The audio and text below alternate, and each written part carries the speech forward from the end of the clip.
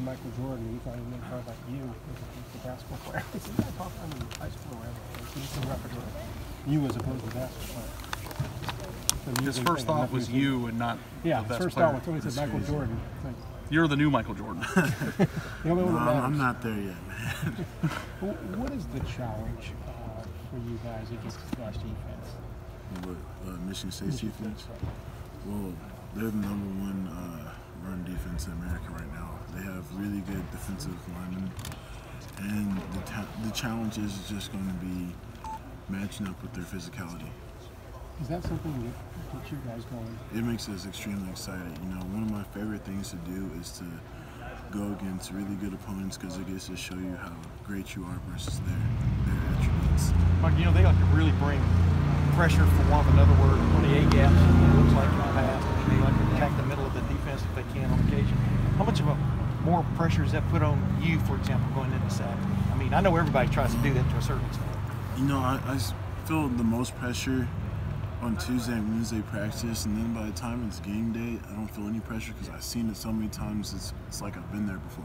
What do they do special in your opinion? I mean, just in that realm of kind of trying to mess with the offensive line's minds? Like you said, they just blitz that you get. Yeah. And obviously you've got a quarterback who's more of a pocket passer kind of guy. I don't just, how much on red alert are y'all all the time? Well, you're always on red alert, I know, in the A-gaps, but what's just sort of the thing you have to keep in mind more than anything else going into Saturday? Just have to keep my head up so I know what's going on. Mike, we've asked you a bunch about, just snapping and transition this year. In the last couple of weeks, for you, how would you evaluate the way that's come along and the way you've been getting the ball back there to Dwayne? I would say, each week I tried to focus on getting something, get something a little better at each time. It's a new position for me, so I think I'm going up like this. I just need to keep going up in that progress and not slip backwards, and just really got to work hard every day to keep getting better at it. Are you a center for good now, or are you just a center this season because that's what they need you to be?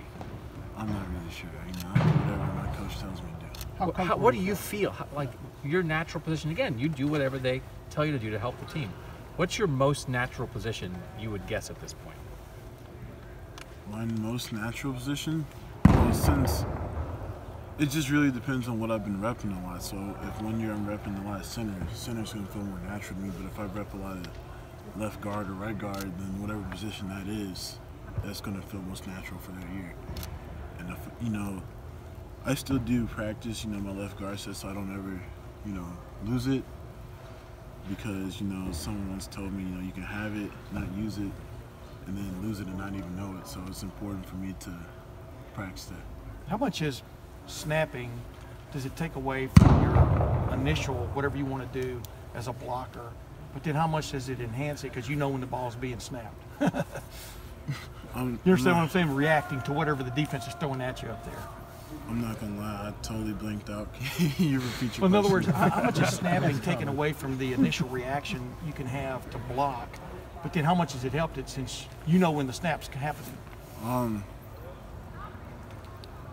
I'd say it happens pretty fast. You don't have really much reaction time. You really just have to allow your body to do all the thinking and reacting, if that makes sense. But like when a defense like maybe cocks a nose tackle on you or something like that, I mean, does it ever distract you from the actual snap? Or no. Have you been able to handle that? Well, you got a guy like Robert Landers, it doesn't really affect you after a while. You just kind of get used to it. Hey, Mike, when you were in high school, I don't know what it was like being a kid in Detroit who was in the Detroit area, being recruited by Ohio State. Like, what do you recall about being a Michigan kid being recruited by Ohio State? And do you think now that Ohio State's gone up into Michigan as much as it has, it's almost normal for Detroit kids to be recruited by this team? I know for me personally, I'm originally from Cincinnati, and I grew up watching Ohio State, and I just remember watching Ohio State games all the time, and it just really felt like I was coming back home. So my goal was always to get off from Ohio State, and I'm going to play for the Ohio State University. So I know you've been asked this a million times in your life about sharing the name with maybe the greatest athlete ever. How many times in your life have you actually been confused with that Michael Jordan? So my freshman year of college, it's Super Bowl Sunday, and I wasn't really confused with Michael Jordan, but I will say I called this pizza place and said, "Hey, what's your name?" He said, "Michael Jordan." He said, "Quit BSing me. I got a lot of orders tonight." He was just cussing me out, and then I didn't get my food, so I had to walk to CVS across from my dorm and get some oven pizza to warm up. Because I thought that should work for you, right? You should get your pizza faster than everybody if they think you're the Michael Jordan. Apparently, Michael Jordan doesn't spend his time in Ohio. So LeBron you James. understand that's this Harbaugh story, though, right? Is that the real Michael, not the real, you're the real Michael Jordan too, but that Michael Jordan called Jim Harbaugh and he thought it was you. I mean, I think that's pretty hilarious.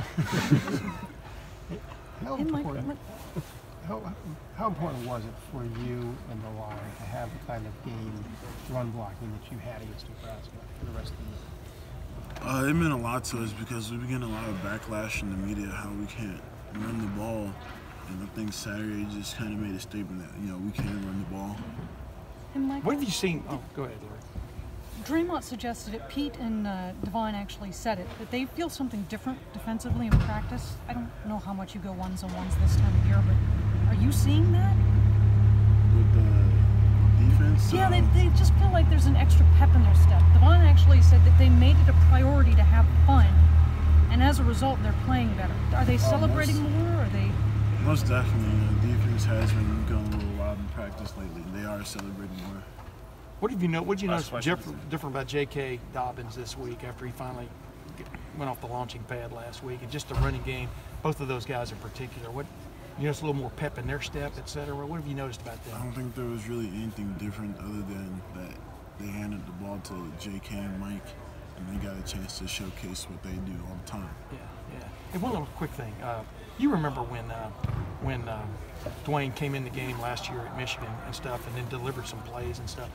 Where have you seen him really grow, maybe as a leader? What have you seen the biggest growth in him from a year ago to now, Michael? Just him being more confident as a quarterback and him being himself. What is it? What did the line think of when JK was talking to Nebraska a little bit there at the end of the game? We thought it was, a statement saying that, we're not going to get ran over on and we're going to be physical all the time. So I think we liked it a lot.